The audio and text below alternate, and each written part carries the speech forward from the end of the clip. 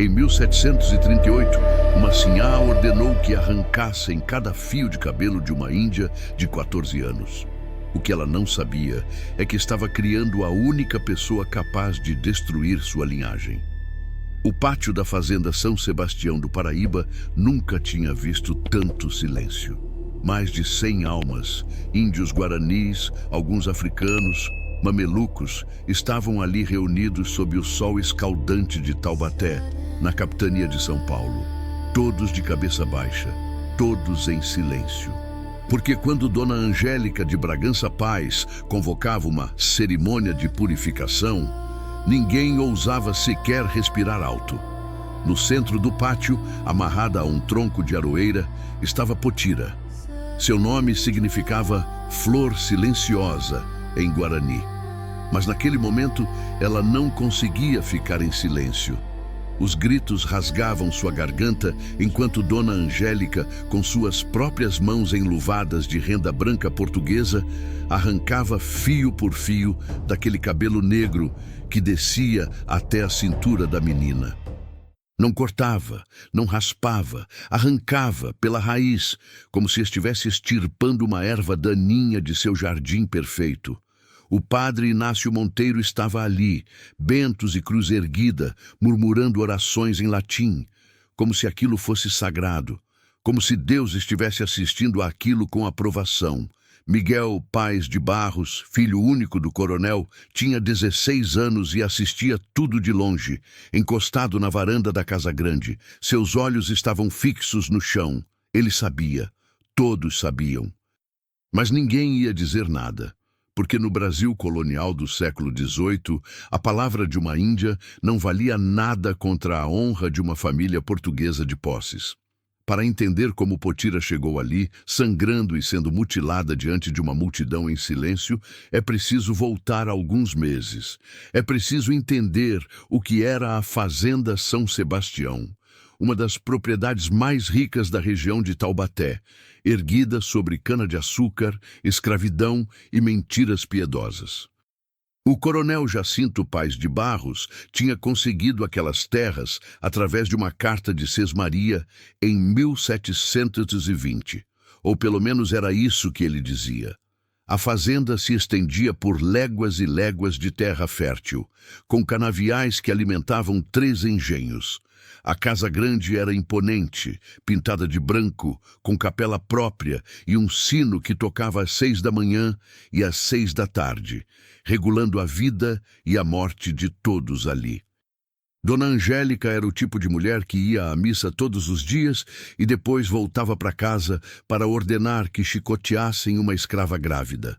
Ela usava o rosário no pescoço como quem usa uma joia, não por devoção, mas por status.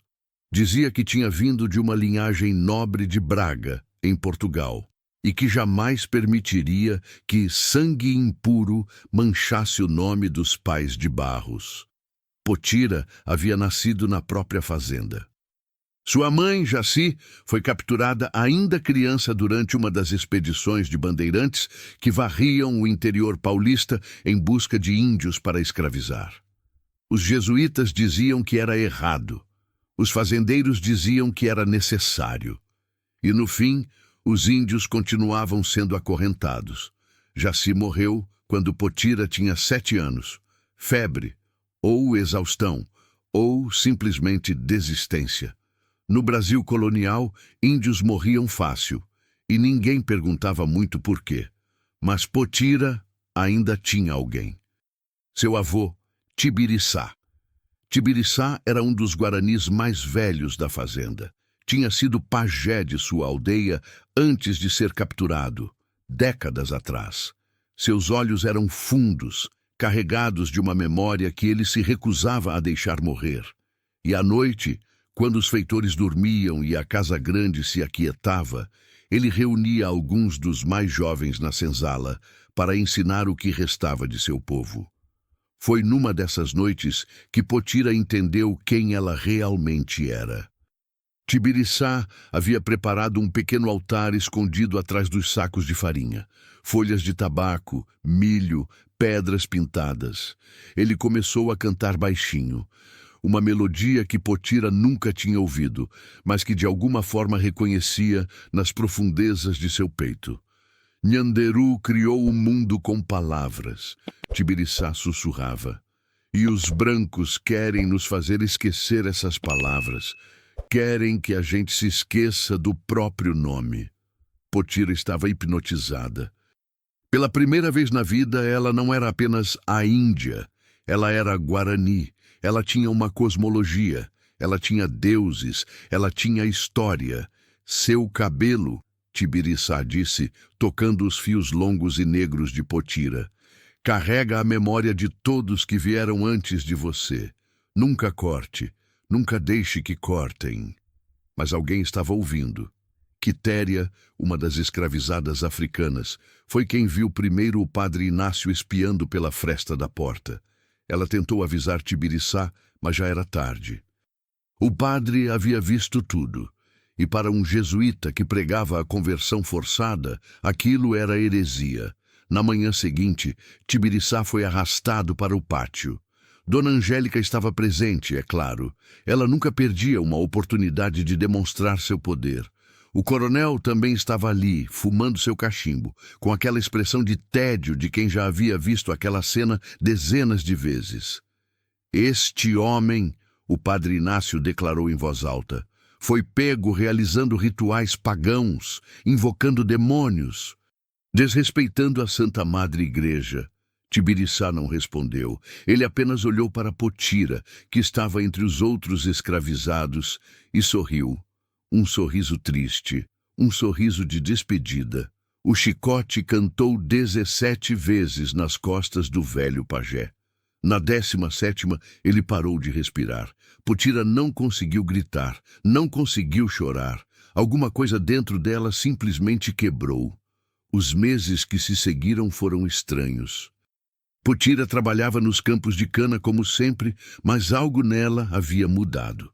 Ela parecia ausente, como se uma parte dela tivesse ido embora com Tibiriçá. E então ela começou a sentir as náuseas. Quitéria foi quem percebeu primeiro. Uma manhã, quando Potira vomitou atrás da senzala, a mulher africana se aproximou e tocou seu ventre com mãos que conheciam aquele tipo de verdade. Você está carregando uma criança, Quitéria disse baixinho. Potira sentiu o mundo girar. Ela tinha 14 anos. E estava grávida. A pergunta que Quitéria não fez, mas que estava nos olhos dela, era de quem? Potira não conseguia falar sobre aquilo. Não conseguia colocar em palavras o que havia acontecido 3 meses antes, numa noite em que ela foi chamada à Casa Grande para servir vinho durante um jantar.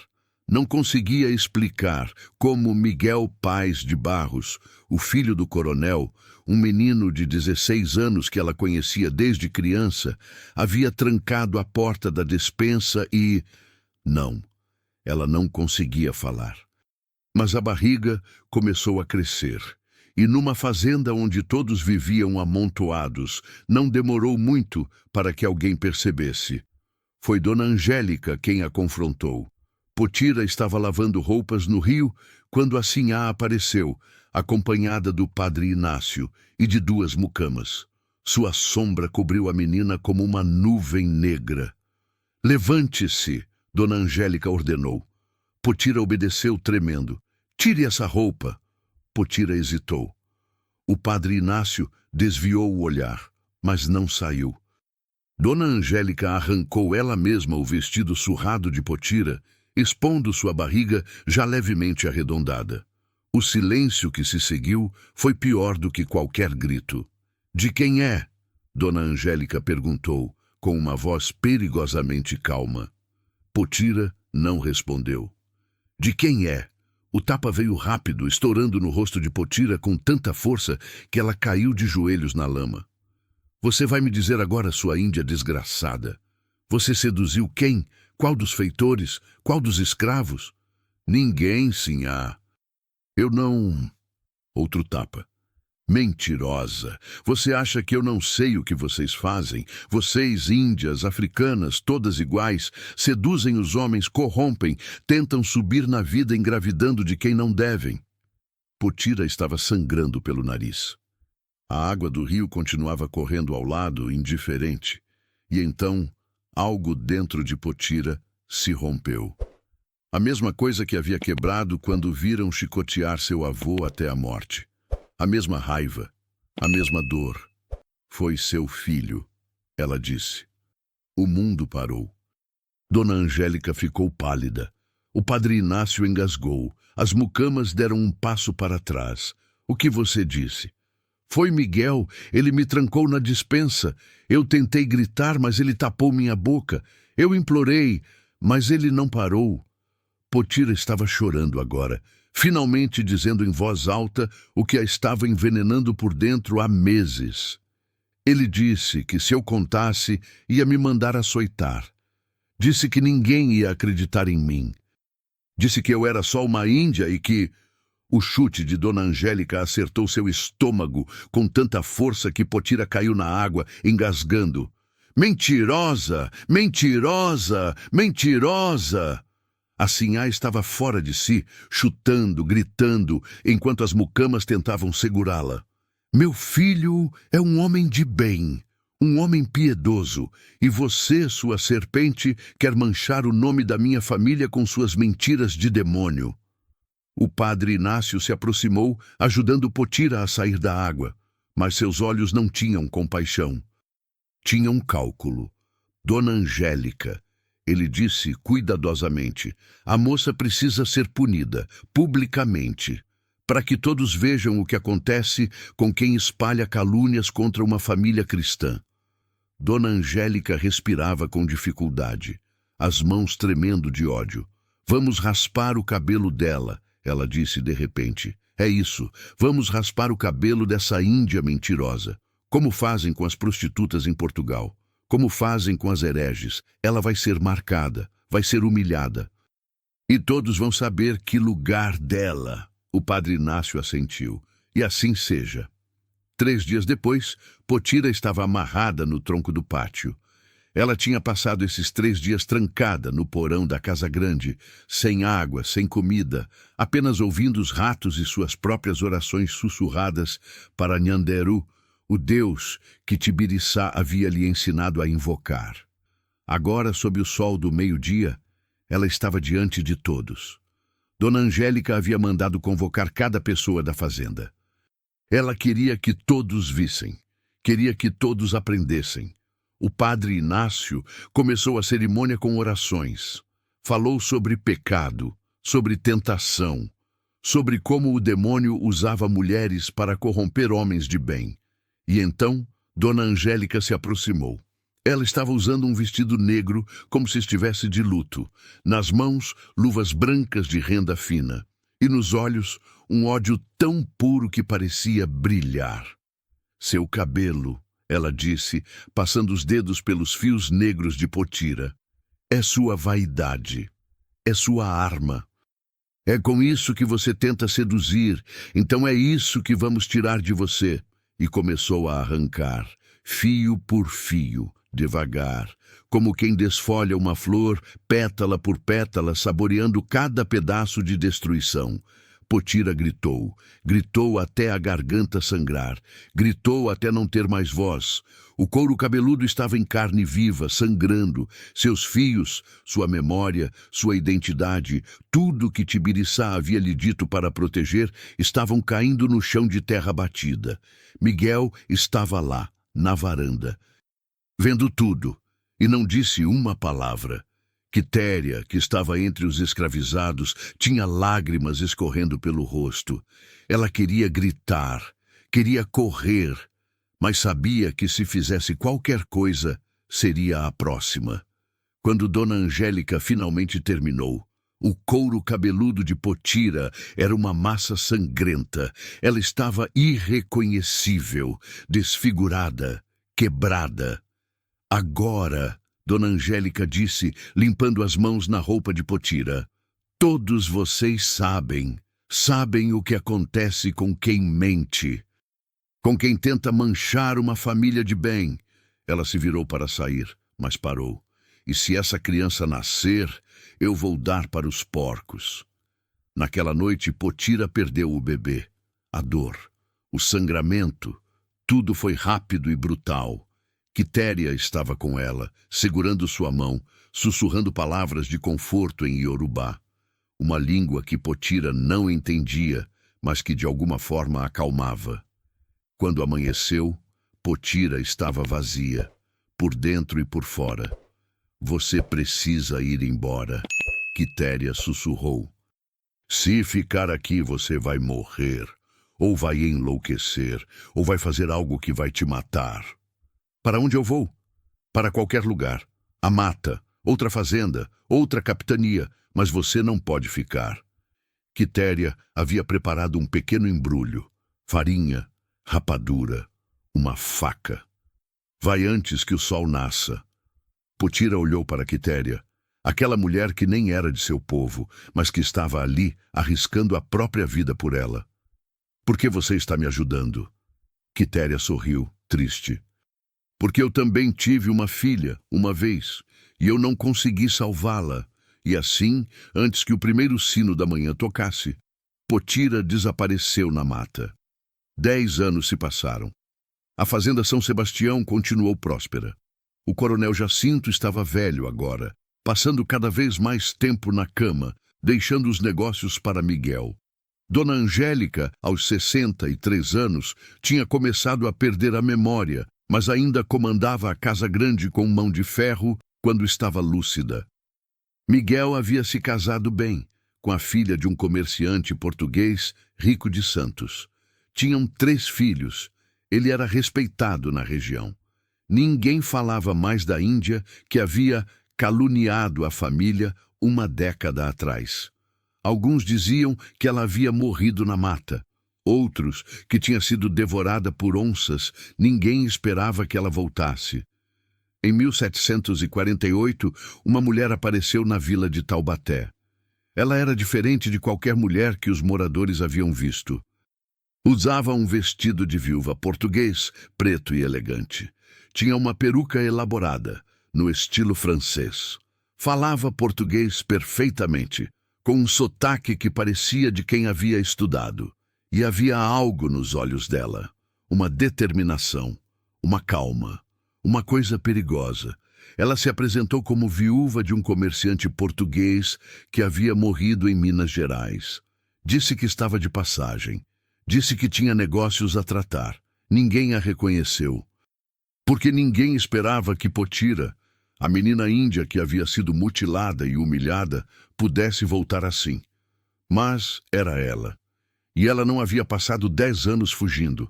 Ela havia passado 10 anos se preparando. Depois de fugir da fazenda, Potira vagou pela mata por semanas. Quase morreu de fome, quase desistiu. Mas foi encontrada por um grupo de jesuítas dissidentes, padres que haviam se afastado da ordem principal porque discordavam da escravização indígena.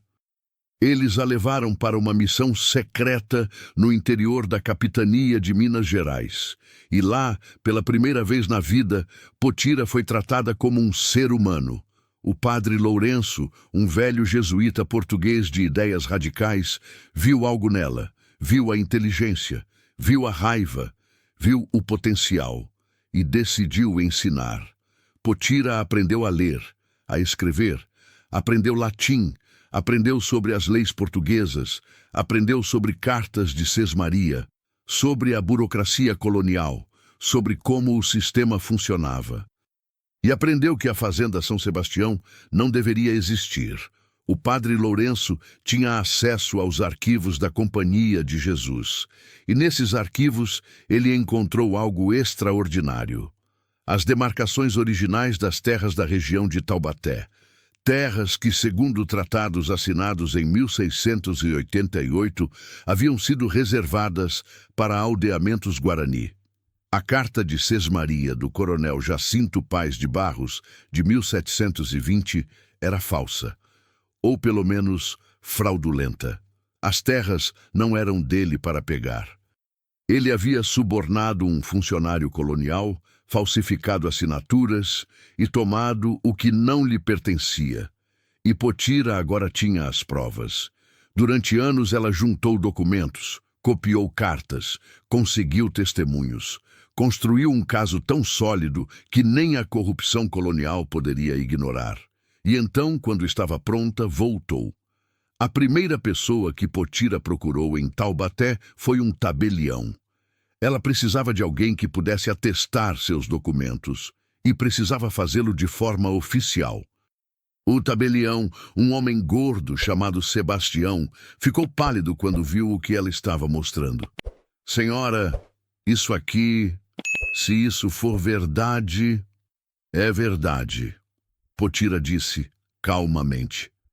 E eu gostaria que o senhor registrasse oficialmente que estou apresentando esses documentos às autoridades de São Paulo. Mas a fazenda dos pais de Barros, eles são poderosos. Eu não posso. Potira colocou uma bolsa de ouro sobre a mesa. Ouro de verdade. Conseguido através dos jesuítas que a ajudaram. Pode, ela disse. O homem engoliu em seco e pegou a pena. Mas antes de ir às autoridades, Potira tinha algo a fazer. Ela tinha que ir à Casa Grande. Era fim de tarde, quando Potira chegou à fazenda São Sebastião. O sino das 6 havia acabado de tocar. Os escravizados voltavam dos campos. Tudo estava exatamente como ela lembrava. Ela não entrou pelos fundos, como tinha feito a vida toda. Entrou pela porta da frente. A mucama que atendeu quase desmaiou quando Potira disse seu nome. Diga à dona Angélica que Potira está aqui e que ela vai querer me ouvir. 5 minutos depois, Potira estava na sala principal da Casa Grande. A mesma sala onde, anos atrás, ela havia servido vinho. A mesma sala onde Miguel... Dona Angélica desceu as escadas, apoiada numa bengala. Ela estava mais velha, mais frágil, mas os olhos ainda tinham aquele brilho de crueldade. Quando viu Potira, ela parou. Por um momento, pareceu confusa. Depois, reconhecimento. Depois, ódio puro. Você. Potira disse calmamente. Miguel apareceu da sala ao lado. Ao ver Potira, ele ficou branco como cera. O que você quer? Dona Angélica cuspiu. Veio mendigar? Veio pedir perdão por suas mentiras? Potira sorriu, um sorriso frio. Não, vim oferecer um acordo. Ela abriu a bolsa que carregava e espalhou os documentos sobre a mesa. Esta fazenda foi construída sobre terras roubadas. Terras que pertenciam aos Guaranis por decreto real de 1688. Seu marido falsificou a carta de Sesmaria. Eu tenho as provas, tenho os documentos originais, tenho testemunhas. Dona Angélica estava tremendo. Você está mentindo. De novo, como sempre. Não estou. E você sabe disso. Seu marido te contou no leito de morte, não contou? Sobre como ele conseguiu essas terras. O silêncio de Dona Angélica foi a confirmação. Miguel se aproximou desesperado. Potira, por favor. O que você quer? Dinheiro? Terras em outro lugar? Eu posso... Eu quero. Potira o interrompeu, olhando diretamente para ele. Que você confesse, publicamente, na frente do padre Inácio, na frente de toda Taubaté, que você me violentou, que a criança era sua, que você deixou sua mãe me mutilar por algo que você fez. Miguel estava suando. Eu não posso. Minha família, minha esposa, meus filhos. Exatamente, Potira disse. Você não pode. Porque você é um covarde. Sempre foi. Ela pegou os documentos de volta. Então não há acordo. Amanhã eu vou a São Paulo. Vou apresentar esses documentos ao ouvidor-geral. E esta fazenda vai ser confiscada pela coroa. Tudo que vocês construíram vai virar cinza. Dona Angélica tentou avançar nela, mas cambaleou caindo no chão. O ataque veio rápido, as mãos presas ao peito, a respiração falhando. Miguel correu para ajudá-la, gritando por socorro. Potira apenas olhou. Não sentiu pena, não sentiu alegria, sentiu nada. E saiu pela porta da frente como havia entrado. 2 semanas depois, em São Paulo, Potira apresentou seu caso ao ouvidor-geral da capitania. No início, ele tentou descartá-la. Uma mulher, uma índia, com acusações contra uma família portuguesa respeitável. Mas então ela mostrou os documentos, as cartas originais da Companhia de Jesus com selos reais, os testemunhos de padres, as demarcações de terras assinadas pelo próprio vice-rei em 1688. E mais importante, ela mostrou a carta de sesmaria do coronel Jacinto ao lado dos documentos verdadeiros. As falsificações eram evidentes. O ouvidor não tinha escolha. Mesmo com subornos, mesmo com pressão, os documentos eram inquestionáveis. A fazenda São Sebastião foi confiscada pela coroa portuguesa. As terras foram devolvidas aos guaranis sobreviventes da região. A família Paes de Barros perdeu tudo: propriedades, status, nome. Miguel tentou fugir para o Rio de Janeiro, mas a notícia o seguiu. Sua esposa o deixou. Seus filhos cresceram com vergonha do nome do pai. Ele morreu pobre e sozinho, uma década depois, sem nunca ter tido coragem de pedir perdão. Dona Angélica sobreviveu ao ataque do coração, mas ficou completamente senil. Passou seus últimos anos numa casa pequena em Taubaté, cuidada por uma sobrinha, murmurando coisas sem sentido sobre a Índia mentirosa que destruiu tudo. Ela morreu 2 anos depois da confiscação. Ninguém foi ao enterro. E Potira poderia ter ficado com parte das terras.